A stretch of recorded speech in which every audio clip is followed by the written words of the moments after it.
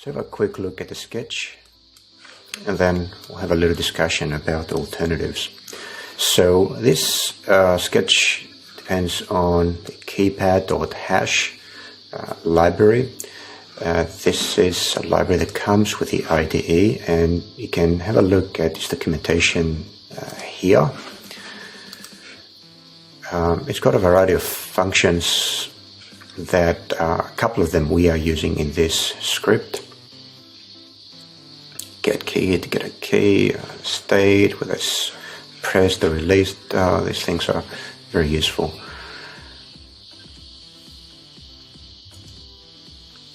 Okay, and once you import the keypad library, then you need to tell the Arduino what the dimensions of the keypad are. Some keypads are smaller, 3x3, they only have the numbers and a 0. Some others are larger, can have a lot more letters.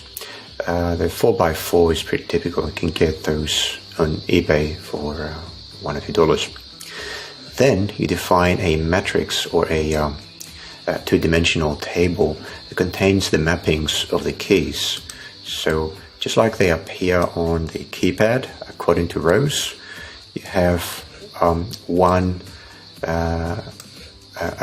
dimensional array, a single dimension array per column in this hexa keys two-dimensional table that just encodes and maps those symbols.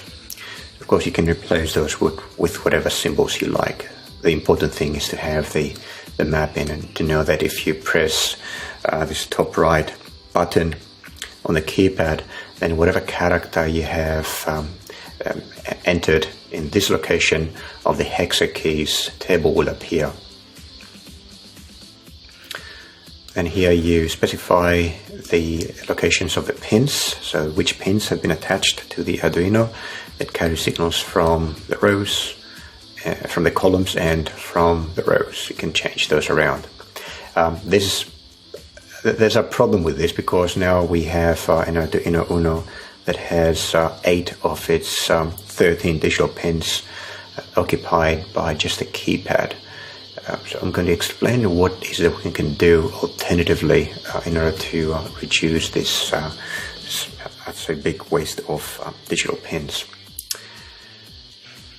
This is a constructor for the keypad object, and we sent in the array that contains a mapping of the keys, row pins, column pins, and then how many rows and columns our keypad contains.